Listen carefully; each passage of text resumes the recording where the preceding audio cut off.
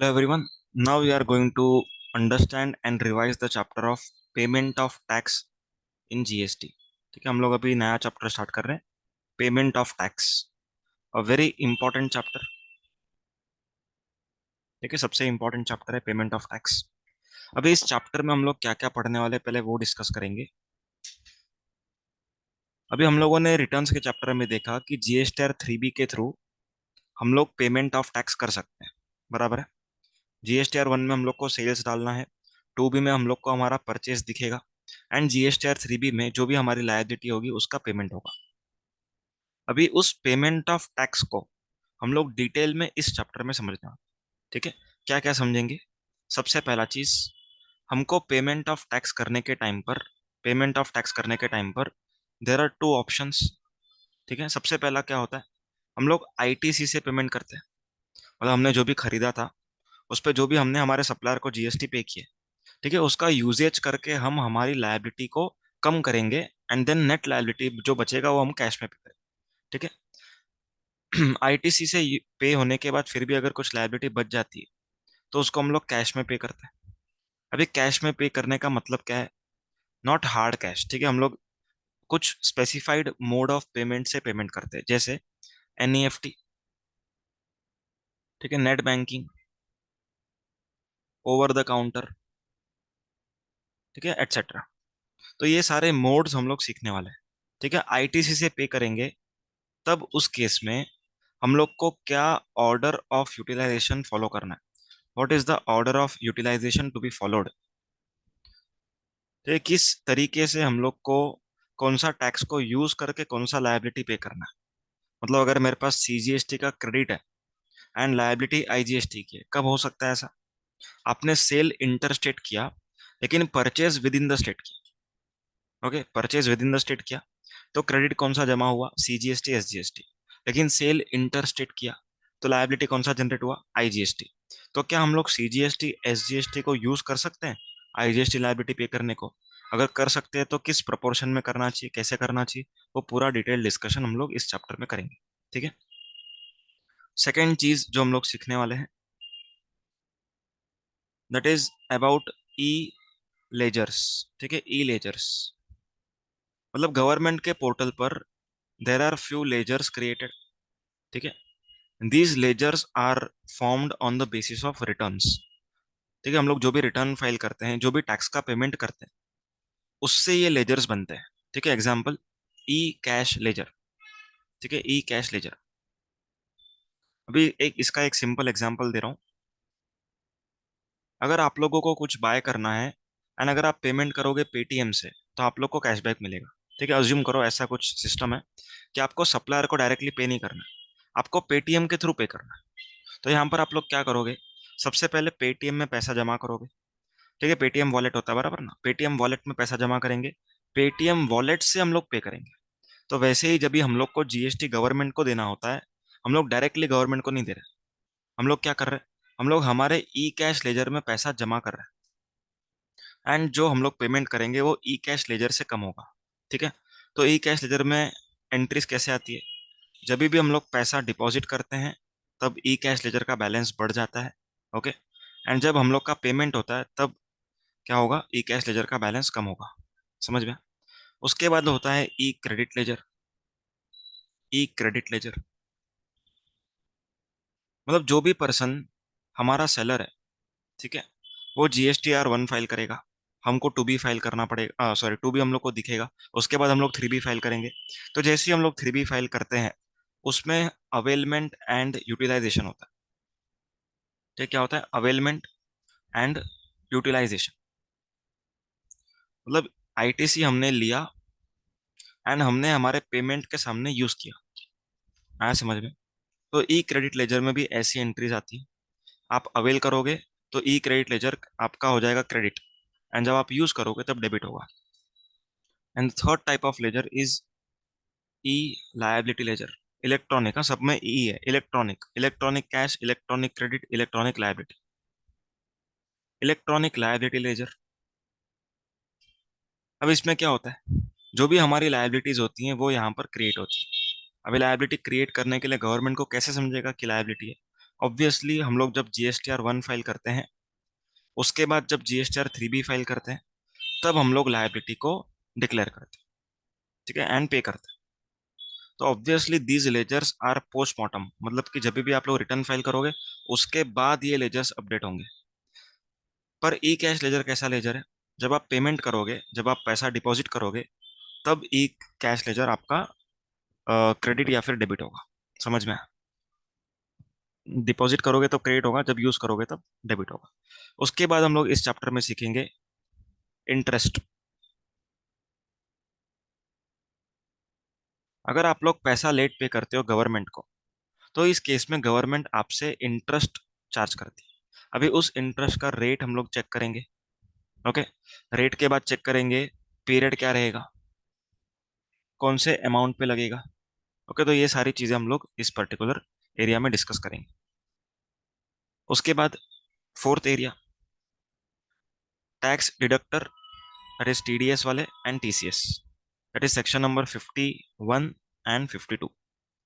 This is not applicable to CA CMA inter, ठीक है, दोनों के फाइनल लेवल पे एप्लीकेबल है, दोनों के इंटर लेवल पे एप्लीकेबल नहीं है। ठीक है। उसके बाद एक रूल पढ़ेंगे, rule number 86B, rule number 86B, and एक रूल पढ़ेंगे, रूल नंबर 88C। ठीक है, this is newly inserted for your attempt November 2023, December 2023। Okay, तो रूल नंबर 86B हम लोग पढ़ेंगे, रूल नंबर 88C पढ़ेंगे। सो ये चैप्टर इतने सारे पॉइंट से कवर होगा। ठीक है, let us start with the first point, payment of tax. सबसे पहले हम लोग सीख रहे हैं payment of tax through ITC, payment of tax through input tax credit, through input tax credit. Okay,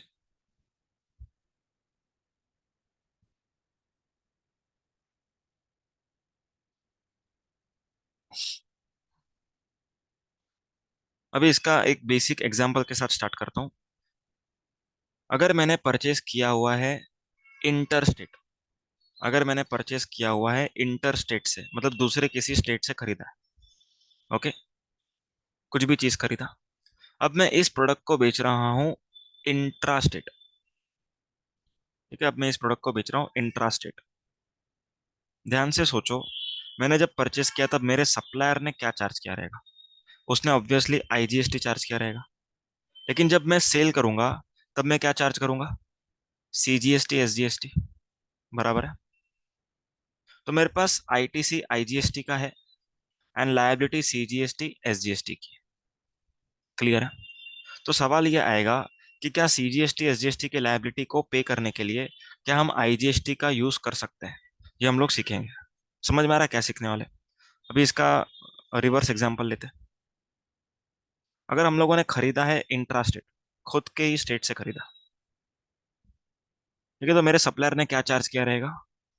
उसने चार्ज किया रहेगा CGST SGST। लेकिन मैं इस प्रोडक्ट को सेल कर रहा हूं इंटर स्टेट, इंटर स्टेट। अब मेरी लायबिलिटी कौन सी जनरेट होगी? ऑब्वियसली IGST लायबिलिटी ट्रिगर हो जाएगी। ओके, तो यहाँ पर क्या IGST लायबिलिटी को पे करने के लिए CGST SGST क्रेडिट यूज कर सकते हैं कि नहीं कर सकते? ठीक है, ये सब चीजें हम लोग सीखेंगे। क्लियर है पॉइंट? चलो लेट अस स्टार्ट। अभी मैं आपको कुछ पॉइंटर्स बता रहा हूँ, उस पॉइंटर्स को आप लोग को समझना है एंड उस पॉइंटर्स के बेसिस पर आप लोग को सम्स सॉल्व करना। ओके, सबसे पहला इंपॉर्टेंट पॉइंट और रूल कह लो, IGST liability, IGST liability should be, should be first discharged through IGST credit. सबसे पहला रूल या फिर पॉइंट क्या है? IGST liability should be first discharged through IGST credit. यहां पर ऐसे नहीं कहा कि IGST लायबिलिटी को ही पहले पे करना है। यहां पर मैंने कहा आईजीएसटी लायबिलिटी को पहले पे करना है आईजीएसटी के क्रेडिट से। पॉइंट समझ में आया? आईजीएसटी की लायबिलिटी है अगर आपकी, बराबर है, एंड आपके पास आईजीएसटी का क्रेडिट है ही नहीं। अज्यूम करो आईजीएसटी लायबिलिटी आपके पास है, ठीक है, मतलब आपने इंटरसेट सेल किया, लेकिन आपके पास आईजीएसटी क्रेडिट है ही नहीं, तो क्या आप आईजीएसटी लायबिलिटी पे करोगे? आंसर इज नो, पे नहीं करेंगे, पहले पे नहीं करेंगे। ओके, अगर आईजीएसटी लायबिलिटी भी है, आईजीएसटी क्रेडिट भी है, तो फिर आईजीएसटी क्रेडिट का सबसे पहला यूजेज कहाँ होगा? आंसर इज आईजीएसटी लायबिलिटी के सामने। आया समझ में पहला पॉइंट? एकदम simple.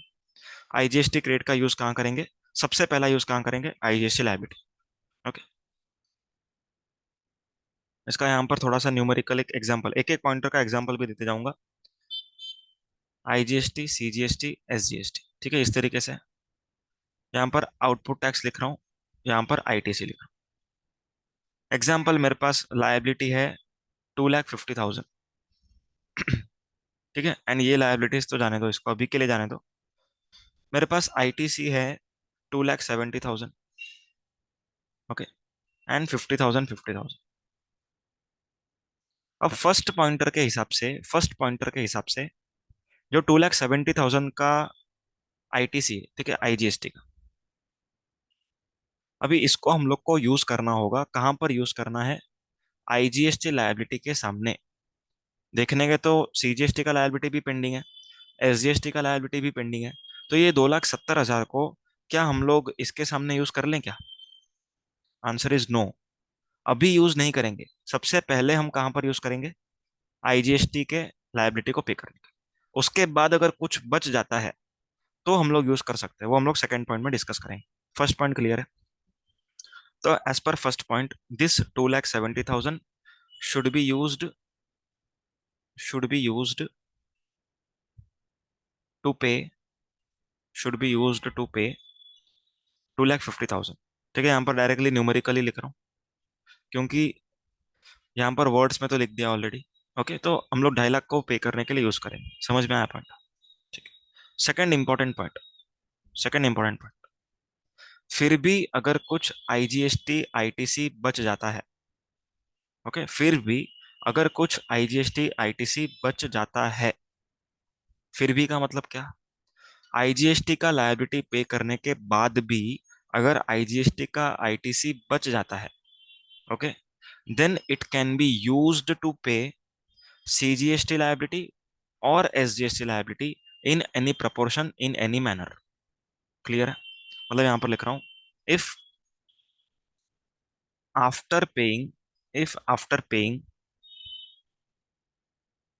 IGST liability IGST through IGST credit through IGST credit, okay, if after paying IGST liability through IGST credit, balance IGST credit, bracket में लिख रहा हूं इफ एनी, अगर कुछ बचता है तो, if any can be used used to pay और डिस्चार्ज। देखो, आपको एग्जाम में डिस्चार्ज वर्ड लिखोगे तो ज्यादा बेटर है, तो डिस्चार्ज सीजीएसटी और लिखा सीजीएसटी और SGST liability in any proportion, in any proportion, okay, in any manner. मतलब जैसे आपको चाहिए आप वैसे यूज कर सकते हो बचे हुए आईजीएसटी क्रेडिट को to pay CGST and SGST liability. Okay, अभी इसके ऊपर डिटेल में हम लोग एनालिसिस करेंगे। अभी तुम लोग को मैं यहाँ पर कुछ ग्रीन पेन से लिख रहा हूँ example. Output tax, input tax, IGST, CGST and SGST. Okay, output tax 2,50,000, CGST से 1,00,000 रुपीज, एसजीएसटी 1,00,000 रुपीज, ठीक है, लायबिलिटीज हो गया। ITC input tax rate 2,70,000, okay, and यहाँ पर है 50,000 50,000। ठीक है। अभी हम लोग कैसे यूज करेंगे, देखो इसका एक स्पेसिफिक फॉर्मेट है, मैं फॉर्मेट एंड में डिस्कस करूंगा। पहले कंसेप्ट समझ लेते हैं, कैसे लिखना है बाद में। ओके। अब ये 2,70,000 सबसे पहला रूल हम लोग अप्लाई करेंगे। ठीक है।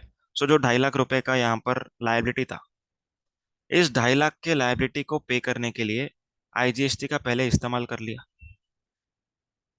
ओके।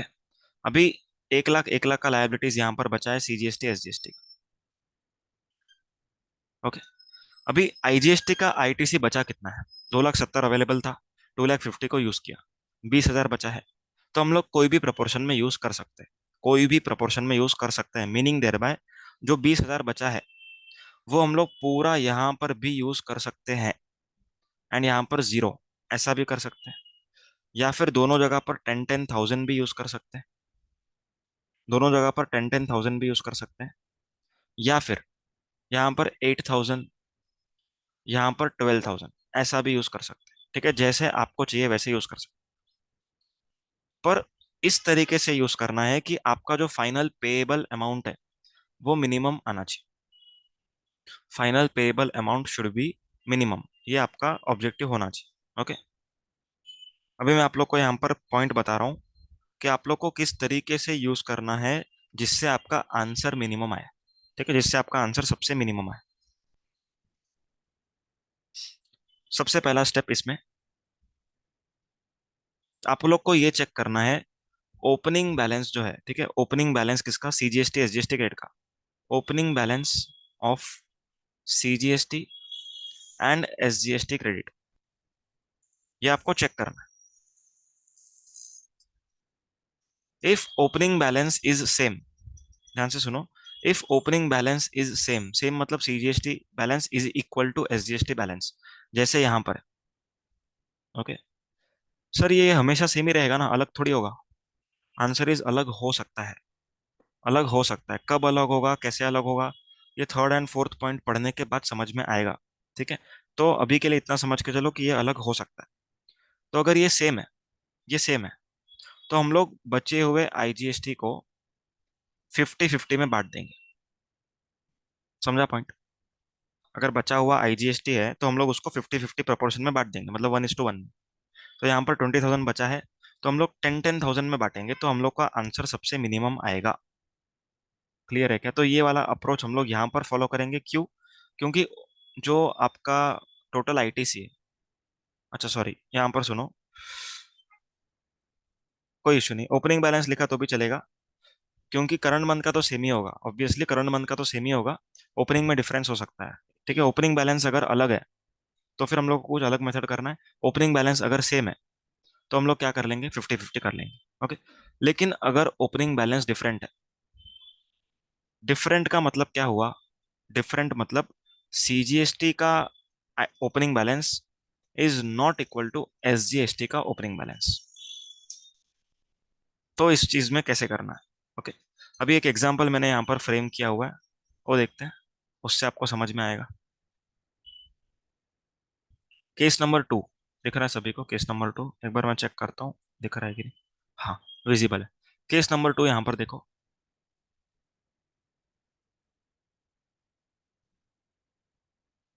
केस नंबर 2, आईजीएसटी का लायबिलिटी 2,50,000 है, सीजीएसटी का लायबिलिटी 1,30,000, एसजीएसटी का लायबिलिटी 1,30,000।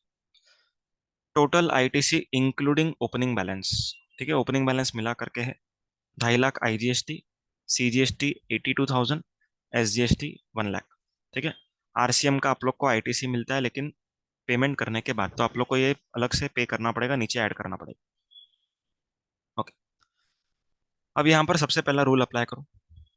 आईजीएसटी के लायबिलिटी को आईजीएसटी के क्रेडिट से हम लोग पे करेंगे।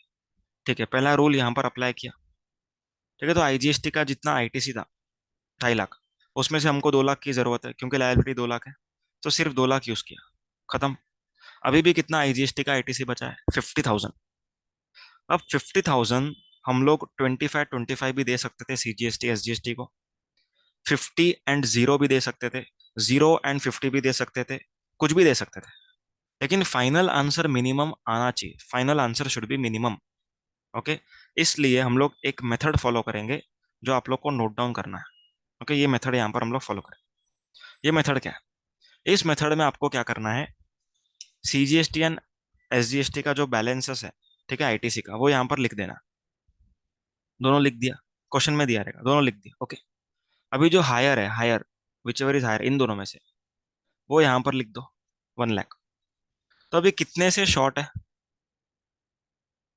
ठीक है, सीजीएसटी कितने अमाउंट से आई एसजीएसटी से शॉर्ट है, इट इज 18,000, 18,000 से शॉर्ट है। क्लियर है। तो यहाँ पर अगर हम लोग 18,000 डालेंगे, ध्यान से सुनना, आईजीएसटी से अगर हम लोग 18,000 सीजीएसटी में डालेंगे तो दोनों इक्वेट हो जाएगा, दोनों सेम हो जाएगा, ठीक है, दोनों सेम हो गया। अभी तुम लोग को खुद से ये सवाल पूछना है कि दोनों सेम होने के बाद, दोनों सेम होने के बाद फिर भी आईजीएसटी का बैलेंस कितना बचा। देखो 18,000 यहाँ पर यूज किया हमने, 50,000 टोटल अवेलेबल था, 50,000 टोटल अवेलेबल था, ठीक है, 50,000 टोटल अवेलेबल था, 18,000 दिया तो इक्वेट हो गया, ओके। अब इक्वेट होने के बाद कितना आईजीएसटी का बैलेंस बचा है, 32,000, ठीक है। तो अब इस 32,000 को 50-50 कर सकते हैं, ओके। तो हमने आईजीएसटी का यूजेज सीजीएसटी के लिए कितना किया, पहले ये 18,000 किया, ठीक है, पहले ये 18,000 किया, उसके बाद ये 16,000 किया, पहले 18,000 एंड बाद में 16,000। तो टोटल हमने सीजीएसटी के लिए 34,000 यूज किया। क्लियर है पॉइंट। एंड एसजीएसटी के लिए सिर्फ 16,000 किया। तो 50,000 का जो बेस्ट पॉसिबल यूजेज है, it is 34,000 towards payment of CGST liability and 16,000 towards payment of SGST liability. आया समझ में? ओके। अभी इसी क्वेश्चन को मैं थोड़ा सा ट्विस्ट कर रहा हूँ, थोड़ा सा ट्विस्ट कर रहा हूँ, ज्यादा नहीं।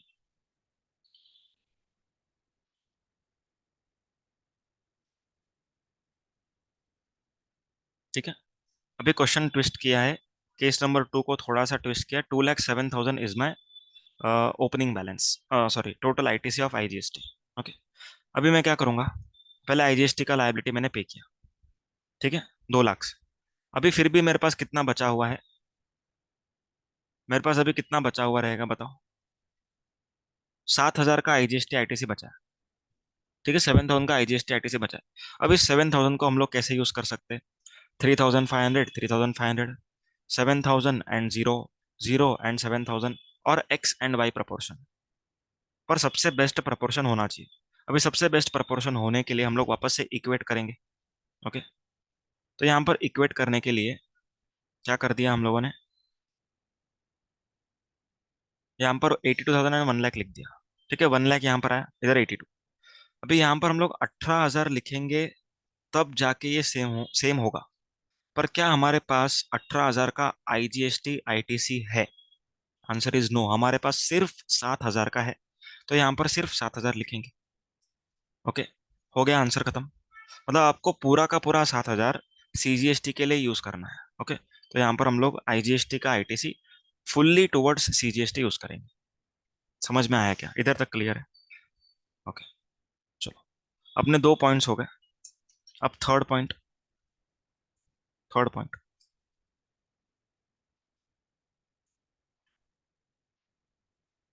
CGST ITC cannot be cannot be used for paying SGST liability. Clear? Similarly, SGST ITC cannot be used cannot be used for paying CGST liability. मतलब cross utilization of ITC is not allowed, okay, cross utilization of ITC is not allowed.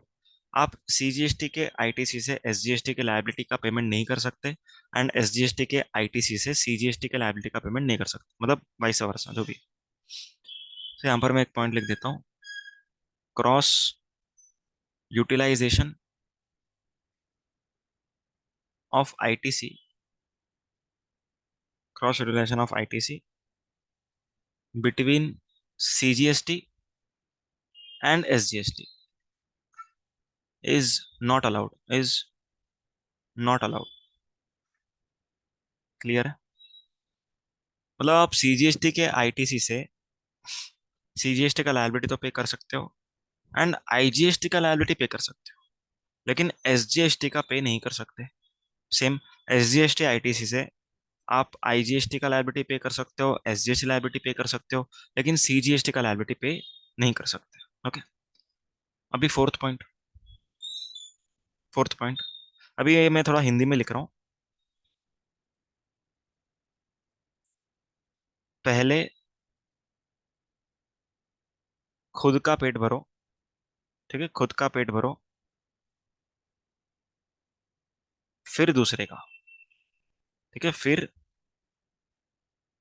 दूसरे का। अभी इसका क्या meaning है वो सुनो।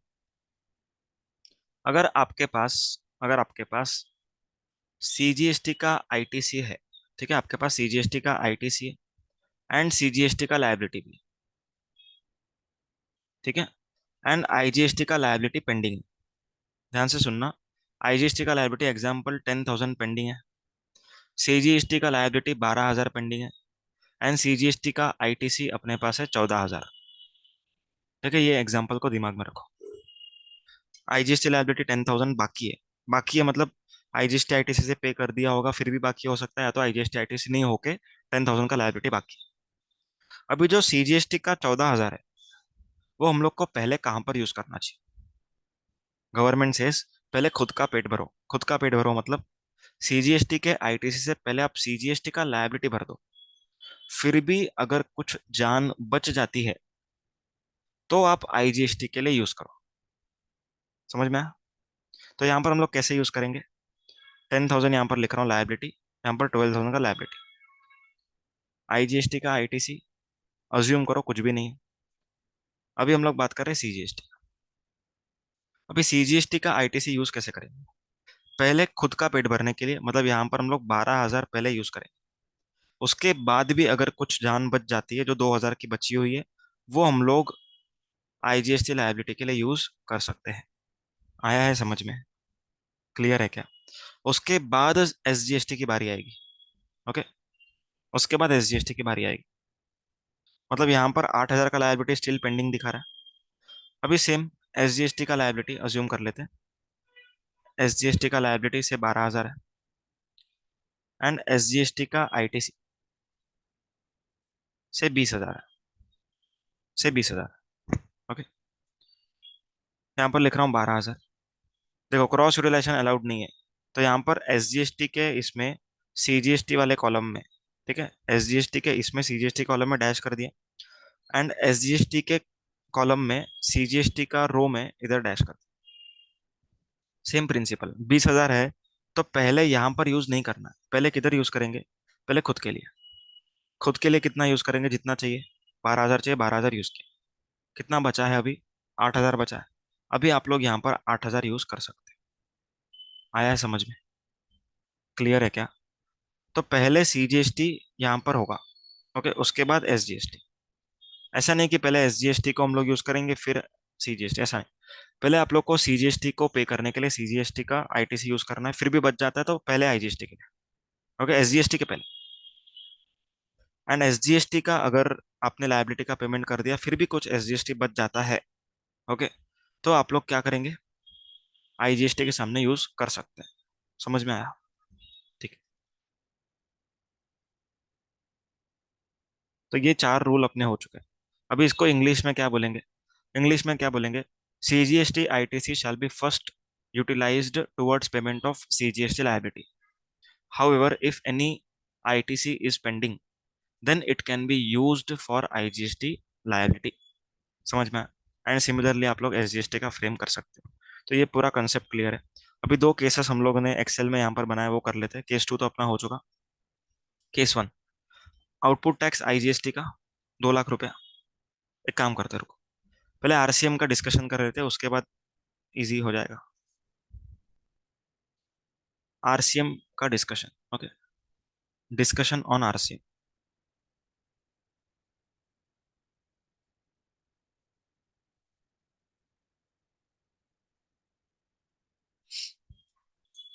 अभी आप लोग को आरसीएम का कुछ रूल्स पता होना चाहिए जो चार्ज ऑफ जीएसटी में सिखाया था। आरसीएम का लायबिलिटी हमेशा हमेशा कैश में पे होता है। ठीक है, कैश में पे होता है, इसका मतलब क्या हुआ? ITC can not be used, ITC can not be used to pay to pay RCM liability. ठीक है, after payment of RCM liability, after payment of RCM liability, after payment of RCM liability, ITC can be taken, ITC can be taken. Okay, ITC मिलेगा आपने को। अभी format क्या होता है पहले वो डिस्कस कर लेंगे। फॉर्मेट क्या होता है सुनो, आपको क्या लिखना है, यहाँ पर लिखना है आईजीएसटी, सीजीएसटी, एसजीएसटी। देखो मैं पूरा नहीं लिख रहा हूँ, पर आपको एग्जाम में पूरा लिखा है। यहाँ पर पर्टिकुलर्स, ओके, यहाँ पर आउटपुट टैक्स लायबिलिटी। ठीक है, आउटपुट टैक्स लायबिलिटी, जो भी फिगर होगा वो यहाँ पर आपको लिखना है। उसके बाद इसका टोटल भी मारना है तो मार लेना। उसके बाद यहाँ पर सिर्फ आईटीसी लिख के छोड़ देना है, फिर नीचे लिखना आईजीएसटी, सीजीएसटी एंड एसजीएसटी। ठीक है, अभी सबसे पहले हम लोग क्या करते हैं, आईजीएसटी के आईटीसी से आईजीएसटी का लायबिलिटी पे करते हैं। ओके, तो यहाँ पर मैं वन लिख रहा हूँ ताकि तुम लोग को जो सीक्वेंस है वो याद रहे। तो पहले आईजीएसटी के आईटीसी को यूज किया for paying IGST liability. Clear? उसके बाद भी अगर कुछ जान बच जाती है तो हम लोग क्या करेंगे, सीजीएसटी के लिए यूज करेंगे या फिर एसजीएसटी के लिए यूज करेंगे, या फिर कोई भी प्रपोर्शन। तो दोनों को मैं टू लिख रहा हूँ, क्योंकि पहले ये भी कर सकते हैं ये भी कर सकते हैं। ओके, तो दोनों में से कोई भी कर सकते हैं, बट अप्रोप्रिएट प्रपोर्शन होना चाहिए उसके। तो आईजीएसटी का अभी यहाँ पर एक पॉइंट लिख के दे रहा हूँ, लिख लो ये भी। IGST ITC shall be exhausted first, shall be exhausted first before using any other ITC, before using other ITC, any other ITC। मतलब जब तक आपके पास आईजीएसटी का आईटीसी पड़ा है तब तक आप दूसरे किसी आईटीसी को यूज नहीं करेंगे। पहले आपको आईजीएसटी आईटीसी को खत्म करना है। खत्म कैसे करना है? पहले आईजीएसटी लायबिलिटी के सामने, फिर भी बच जाता है तो सीजीएसटी एंड एसजीएसटी के सामने। अगर आपके पास आईजीएसटी आईटीसी है लेकिन आईजीएसटी लायबिलिटी कुछ भी नहीं, तो आप लोग पहले सीजीएसटी एसजीएसटी के लिए यूज कर लो। ठीक है, जो भी प्रोपोर्शन सिखा है उसके हिसाब से। उसके बाद सीजीएसटी का जो आईटीसी होगा वो पहले किसके लिए यूज होगा? अभी हम लोग सीजीएसटी की बात कर रहे हैं, तो सीजीएसटी का आईटीसी पहले सीजीएसटी लायबिलिटी के सामने यूज होगा। ठीक है, देखो ये मेन, ये ए है। ए मतलब पहले ए को फुलफिल करो। ए के अंदर वन एंड टू, मतलब कि आप आईजीएसटी का आईटीसी यूज करो पहले आईजीएसटी के सामने, उसके बाद सी एंड एस। ओके, अब मैं यहाँ पर बी लिख रहा हूँ, उसके बाद सीजीएसटी का आईटीसी यूज करेंगे। बी में सबसे पहले सीजीएसटी लायबिलिटी के सामने। ओके, फिर भी कुछ बच जाता है तो यहाँ पर हम लोग आईजीएसटी लायबिलिटी के सामने यूज करें। समझा? एंड यहाँ पर मैं मार रहा हूँ क्रॉस, क्योंकि क्रॉस यूटिलाइजेशन नहीं कर सकते। उसके बाद यहाँ पर आएगा सी, सीजीएसटी का काम खत्म हो गया, अभी एसजीएसटी का काम करेंगे। एसजीएसटी के आईटीसी से एसजीएसटी का लायबिलिटी पहले भरेंगे, फिर भी कुछ जान अगर बच जाती है तो हम लोग क्या करेंगे, आईजीएसटी के लायबिलिटी के सामने यूज करेंगे। आया समझ में? This was all about IG payment of tax through ITC. अब सुनो ध्यान से, ये जो आईटीसी है, ये जो ITC, this ITC should be including RCM, this ITC should be including RCM, अगर एलिजिबल है तो। ठीक है, इफ आईटीसी इज एलिजिबल तो आप लोग को आरसीएम का जो आईटीसी है वो इसके अंदर इंक्लूड करना पड़ेगा। ओके, करना ही है इंक्लूड। फिर नेट आएगा, दैट इज आउटपुट माइनस ये पूरा यूटिलाइजेशन। ठीक है, आउटपुट माइनस यूटिलाइजेशन, तो this is the net liability. Output minus utilization, net liability. Output minus utilization, net liability. हो गया? अभी इसके बाद जो हमने रूल आरसीएम का देखा, RCM liability is to be discharge in cash, तो यहाँ पर हम लोग आरसीएम के लायबिलिटी को ऐड कर लेते हैं। ओके, तो यहाँ पर हमने ऐड किया,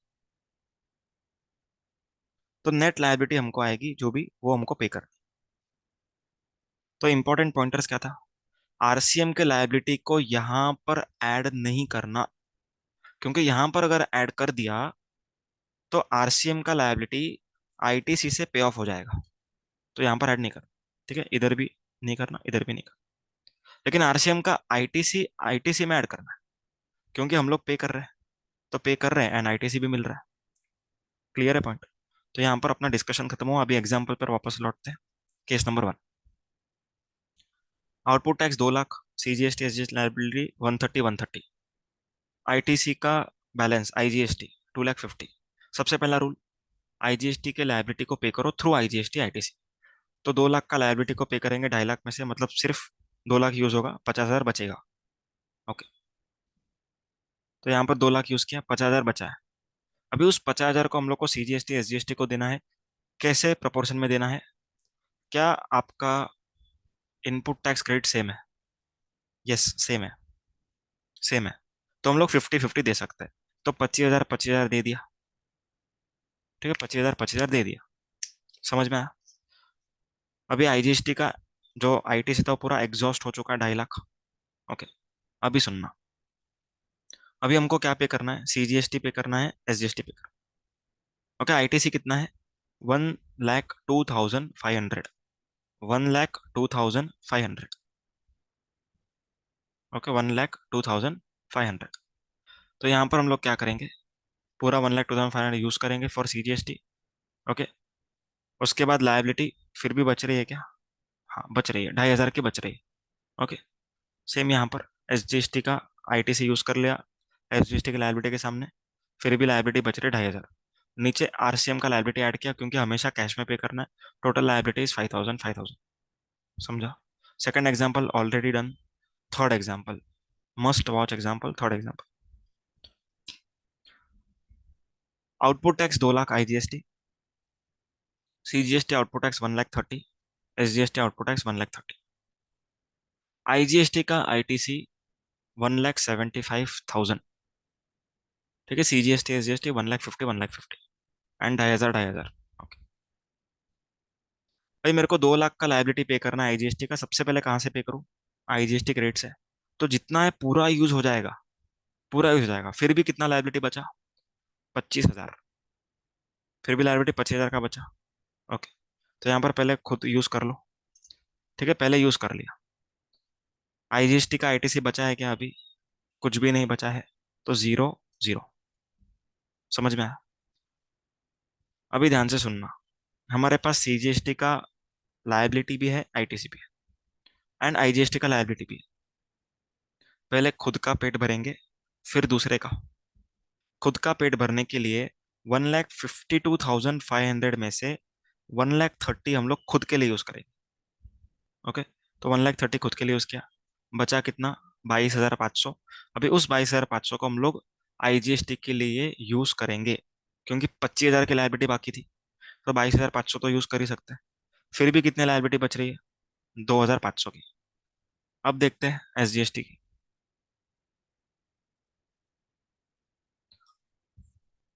एसजीएसटी का लायबिलिटी 1,30,000। ठीक है, एंड आईजीएसटी का लायबिलिटी पेंडिंग 2,500। ठीक है, आईजीएसटी का लायबिलिटी पेंडिंग 2,500 है।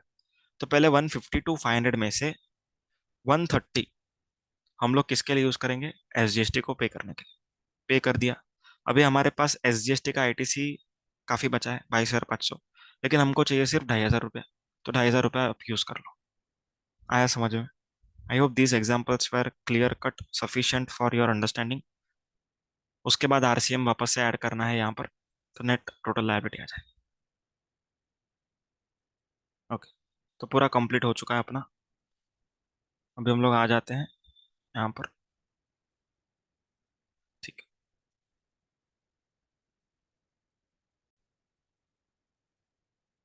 ठीक है, ये सारा हम लोगों ने देख लिया हुआ है। एक बार फिर भी ऊपर से नज़र घुमा लेते हैं, कुछ छूट गया रहेगा तो कवर अप हो जाएगा। रिटर्न फाइलिंग करोगे तो ही आप लोग को आईटीसी मिलता है, सिंपल चीज़ है। ऑर्डर ऑफ यूटिलाइजेशन ये डिस्कशन हो गया, क्रॉस यूटिलाइजेशन हो गया, आईजीएसटी आईटीसी पहले यूज करना ये हो गया। Okay, very nice and important point this one. ठीक है, अभी इस पॉइंट के साथ जो मैं आपको बताने जा रहा हूँ ये आप लोग लिख लेना। ओके, ये आप लोग एकदम प्रॉपरली नोट कर लेना, क्योंकि इंडस्ट्री में हार्डली 1% लोगों को ये वाली चीजें पता है। Okay, hardly 1%। अब वो चीज क्या है मैं आप लोगों को बताऊंगा, कुछ एग्जांपल्स के साथ बता रहा हूँ ताकि अंडरस्टैंडिंग एकदम अच्छे से बिल्ड हो। अभी प्लेस ऑफ सप्लाई चैप्टर आप लोग पढ़ के आए हो ये मैं अज्यूम कर रहा हूँ। जिन लोग को place of supply chapter applicable नहीं है, इंटर वालों को, ठीक है, उन लोग को एक मैं स्टेटमेंट दूंगा, वो तुम लोग को सुनना है। मेरा रजिस्ट्रेशन है महाराष्ट्र में, मेरा रजिस्ट्रेशन है महाराष्ट्र में, ठीक है। अब मैं गया हूँ दिल्ली में, ठीक है, I went to Delhi, I went to Delhi. यहाँ पर मैंने कुछ सर्विसेज लिया, ओके, जिसका प्लेस ऑफ सप्लाई दिल्ली है। मैंने कुछ सर्विसेज लिया जिसका प्लेस ऑफ सप्लाई दिल्ली है। ओके, तो यहाँ पर दिल्ली का जो सप्लायर है वो क्या चार्ज करेगा मुझे, दिल्ली का सप्लायर मुझे क्या चार्ज करेगा, सीजीएसटी एंड एसजीएसटी, ये दोनों चीजें चार्ज करेगा। एसजीएसटी कहाँ का होगा, दिल्ली का एसजीएसटी होगा। क्लियर।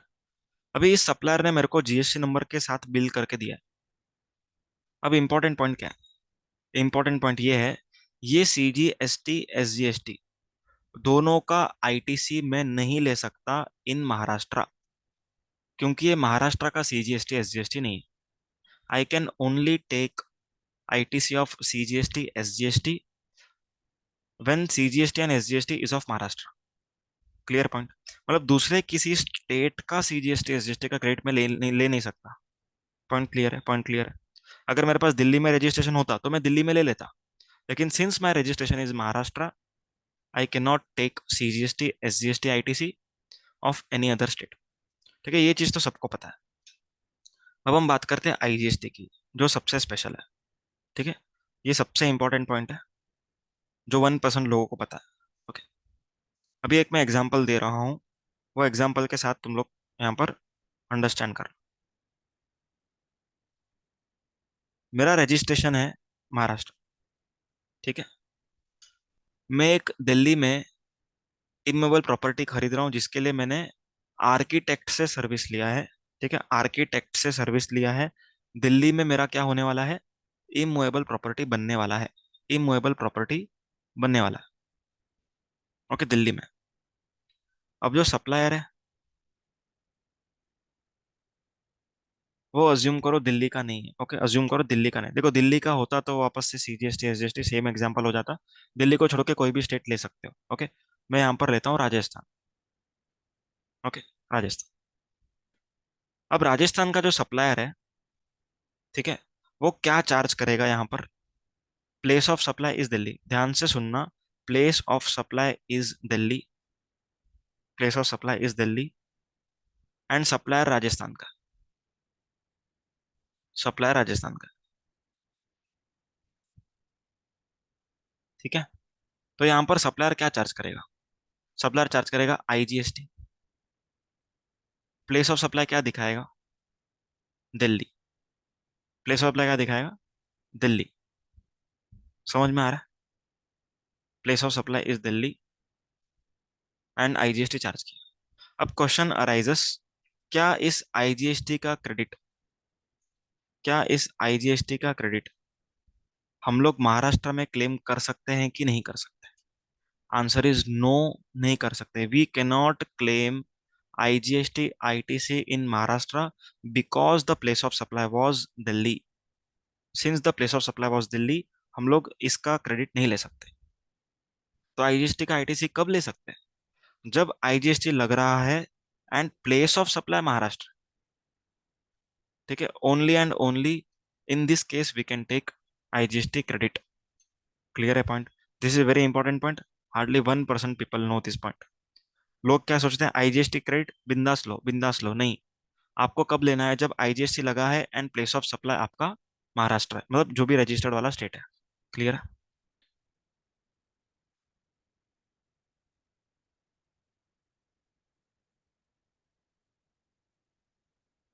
ये वाला अपना हो चुका RCM liability to be discharge in cash. Next, debit in electronic credit laser.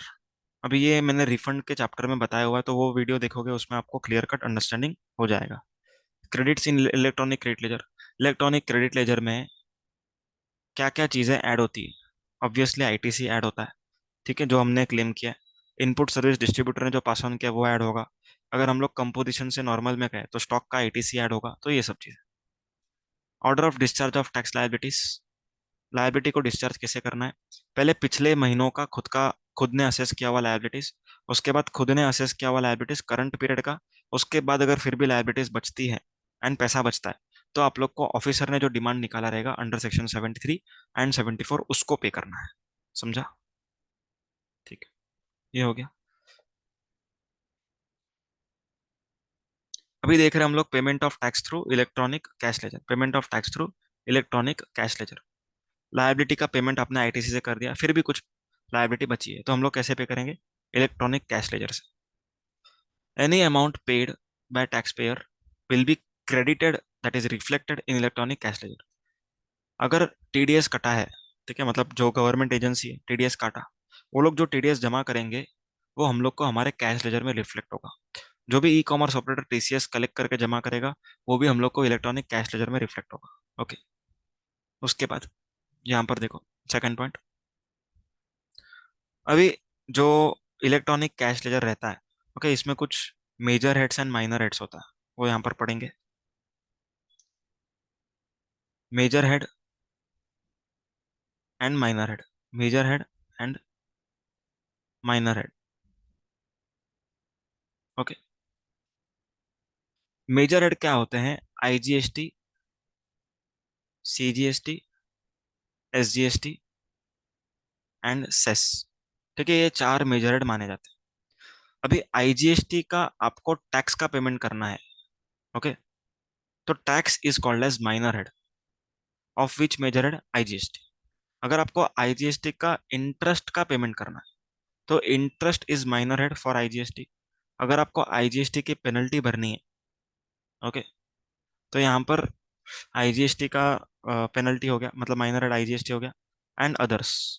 ठीक है, लेट फीस भी हो सकता है इसके अंदर, कुछ भी हो सकता है, तो others. Same with CGST. CGST का अगर टैक्स भरना है तो tax is the minor head of CGST major head. Interest penalty, okay, मतलब सीजीएसटी का टैक्स, सीजीएसटी का इंटरेस्ट, सीजीएसटी का penalty, same with SGST, same with cess. Clear है? तो मेजर हेड माइनर हेड। अभी पॉइंट क्या है? अगर मेरे पास आईजीएसटी के टैक्स के हेड में बैलेंस पड़ा है, ठीक है, समझो 100 रुपया पड़ा है, क्या इस कैश के बैलेंस को, ध्यान से सुनना, हम लोग कैश की बात कर रहे हैं, क्रेडिट की बात नहीं कर रहे। अगर आईजीएसटी के टैक्स के हेड में 100 रुपीज का मेरे पास कैश का बैलेंस पड़ा है, पर मेरे को इधर जरूरत नहीं है, गलती से पेमेंट किया था इस हेड में, अभी मुझे वो चाहिए सीजीएसटी के इंटरेस्ट में, क्या मैं इस 100 रुपये को ट्रांसफर कर सकता हूँ? Answer is definitely yes. ठीक है, आप लोग ट्रांसफर कर सकते हो।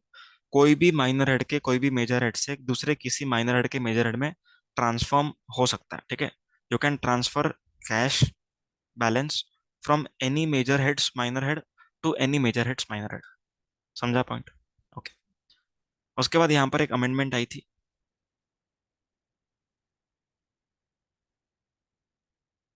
रूल नंबर 87 सब रूल 14। इसमें ये कहा जाता है कि आईजीएसटी या फिर सीजीएसटी, ठीक है, आईजीएसटी या फिर सीजीएसटी, ध्यान से सुनना है, यहाँ पर एसजीएसटी का वर्ड नहीं है। आईजीएसटी या फिर सीजीएसटी, आप, अगर आपके पास फॉर एग्जांपल कैश में बैलेंस पड़ा है आईजीएसटी का या फिर सीजीएसटी का, आप लोग ट्रांसफर कर सकते हो आपके ही डिस्टिंक्ट पर्सन को। ठीक है, आप लोग क्या कर सकते हो? आपके डिस्टिंक्ट पर्सन को ट्रांसफर कर सकते हो।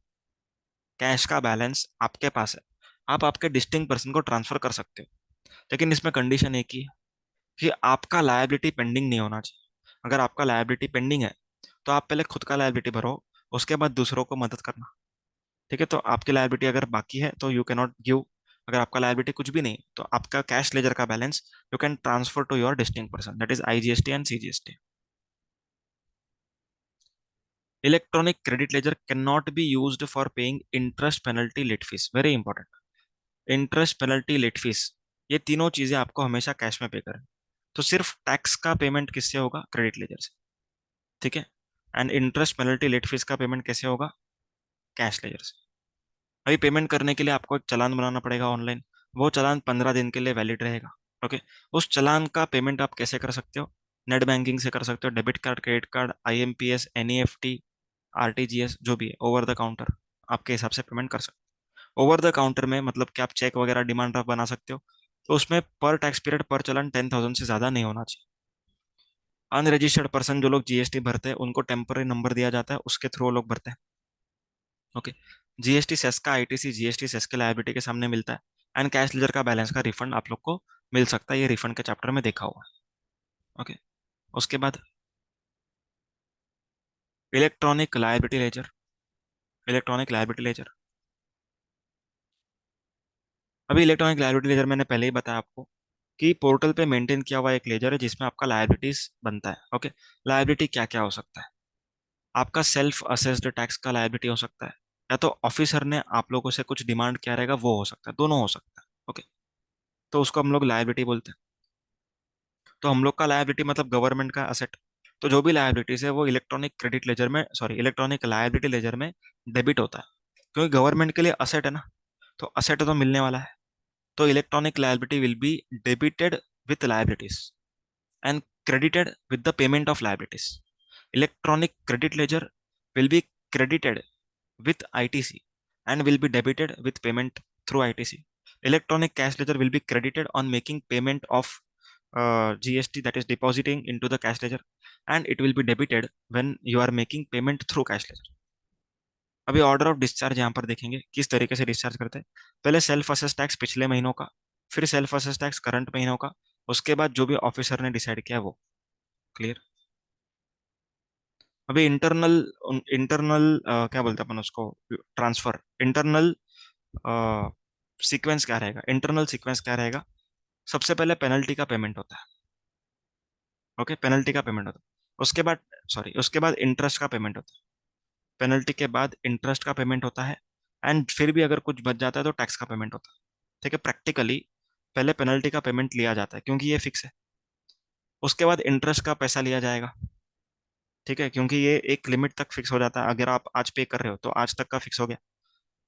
अगर यहां तक में आपके पैसे खत्म हो गए, ठीक है, तो अभी आउटस्टैंडिंग क्या रह जाएगा? टैक्स।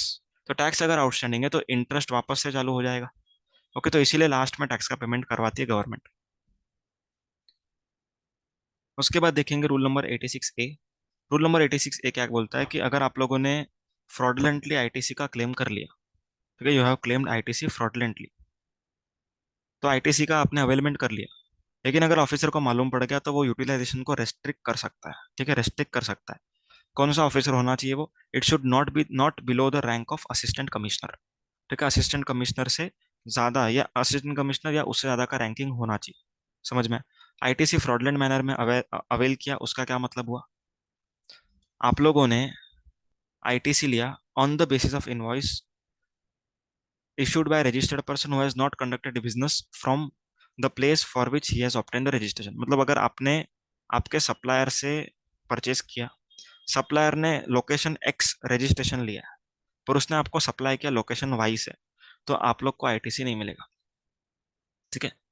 सेकंड पॉइंट, अगर सप्लायर ने लोकेशन एक्स का रजिस्ट्रेशन लिया, उसने लोकेशन एक्स से सप्लाई किया, पर आपने जो registered place of business government को बताया वहां पर आपने सर्विसेज या फिर गुड्स को अवेल नहीं किया, आपने किसी और लोकेशन पे अवेल किया, तो आप लोग को आईटीसी नहीं मिलेगा। थर्ड पॉइंट, अगर सप्लायर ने टैक्सेस का पेमेंट नहीं किया तो भी आईटीसी नहीं मिलेगा। क्लियर है क्या? एंड अगर सप्लायर ने, सेकंड पॉइंट ये वाला हो चुका, थर्ड पॉइंट ये वाला भी हो चुका, एंड फोर्थ, रिसिपेंट जो आईटीसी अवेल कर रहा है उसके पास टैक्स इनवॉइस डेबिट नोट कुछ भी नहीं है तो भी आईटीसी अवेल नहीं कर सकता। और अगर आप लोगों ने अवेल कर लिया है तो ऑफिसर क्या करेगा? रेस्ट्रिक्ट कर देगा। Clear point? Other points? Other points, अगर ऑफिसर ने, that is commissioner, is satisfied that above condition does not exist, तो फिर वो क्या कर सकता है? रिलीज कर सकता है, मतलब कि वो डेबिट, दैट इज रेस्ट्रिक्शन जो था उसको छोड़ सकता है। मतलब आप क्या कर सकते हो? इलेक्ट्रॉनिक क्रेडिट लेजर को अभी यूज कर सकते हो। Second, such restriction shall cease to have effect after expiry of period of 1 year. मतलब 1 साल होने के बाद ये रेस्ट्रिक्शन ऑटोमेटिकली हट जाएगा। तो मतलब 1 साल के बाद आप लोग फ्रॉडलेंट आईटीसी यूज कर सकते हो क्या? Answer is no. क्यों? क्योंकि इस 1 साल के दरमियान ऑफिसर अपना काम पूरा कर लेगा, आपसे वो फ्रॉडलेंट आईटीसी वापस भी ले लेगा, ठीक है, नोटिस वगैरह इशू करके। Below officer can disallow ITC as per below limit. अगर आईटीसी 1 करोड़ तक का है तो फिर deputy commissioner, assistant commissioner restrict कर सकते हैं। 1 करोड़ से ज्यादा है, 5 करोड़ से कम है तो additional commissioner, joint commissioner, and 5 crore से ज्यादा है तो प्रिंसिपल कमिश्नर और कमिश्नर। समझ में आ पाए?